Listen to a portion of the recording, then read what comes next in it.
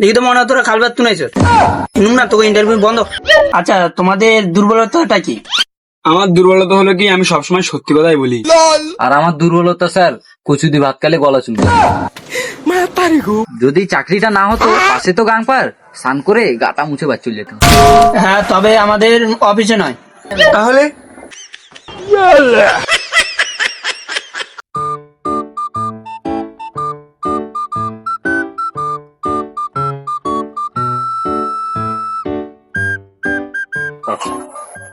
ও sir, sir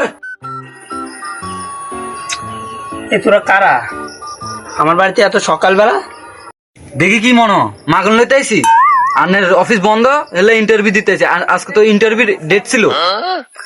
মানে interview দিতে তোরা আমার ঘরে চলে এলি? আচ্ছা ঠিক আছে, তোরা তোকে বাড়িতে ইন্টারভিউ হইব। ইন্টারভিউ তোকে বাড়িতে এলুম। কিরে, এরা দেখি বসের থেকে বেশি পিয়ন মনে হয়।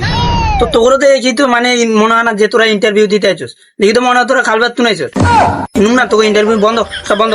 এই তুই চুপ করে থাকতে পারিস না? ইন্টারভিউটা দিনি, তারপর মালের দেখতে আছি। ও স্যার, ভুল হয়ে গেছে, বাচ্চা ছিল তো, ভুল করে ফেলেছে। তোরা বাচ্চা?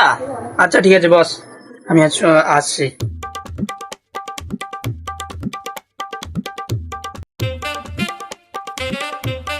ঠিক আছে, তোমাদের নাম কি দুজনের? আমার নাম কালু, কিন্তু গ্রামের সবথেকে জিনিয়াস ছেলে আমি, কিন্তু কখনো অহংকার করি নাই। আর আর আমার নাম লালু। জিনিয়াস না ঝামেলিয়াস? আচ্ছা, তোমাদের দুজনের যোগ্যতা কি? আমি সব পারি। আমার বন্ধু তো সব পারে, আর আমি শুধু মেয়ে দেখতে পারি। আচ্ছা, তোমরা কি ইংরেজি পারো? ইয়েস, অবশ্য। আচ্ছা, I am going to school এর বাংলা মানেটা কি সেটা বলো। এর মানে হলো আমি স্কুল যাচ্ছি। আর আমি আজকে যাব না, কালকে যাব, আর যেদিন যাই সেদিন গেট দিকে বাচ্চা যাই। এটা হয় না, এটা হয় না, আমি পারবো। এর মানে হলো কি, আমি রোজ স্কুলে যাই, কিন্তু স্কুলে একটাও মেয়ে দেখতে পাই না। তোমাদের ইংরেজি শুনে আমার তো বমি পাচ্ছে। আচ্ছা, তোমাদের দুর্বলতাটা কি? আমার দুর্বলতা হলো কি, আমি সবসময় সত্যি কথাই বলি।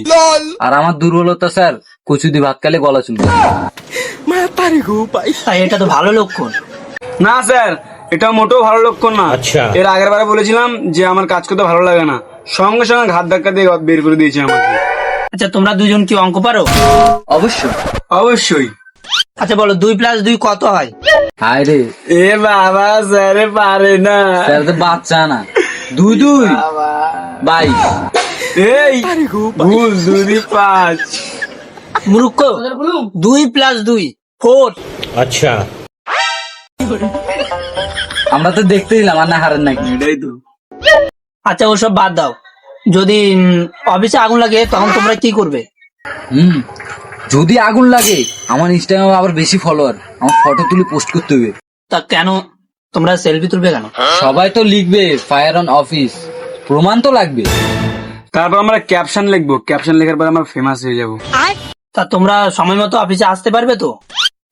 অফিস যদি আসতে পারে তাহলে আমিও আসতে পারবো। তোমাদের কোনো অভিজ্ঞতা আছে? অনেক অনেক অভিজ্ঞতা। অতিরিক্ত অভিজ্ঞতার লাই রাত্রে ঘুমাইতে পারি না।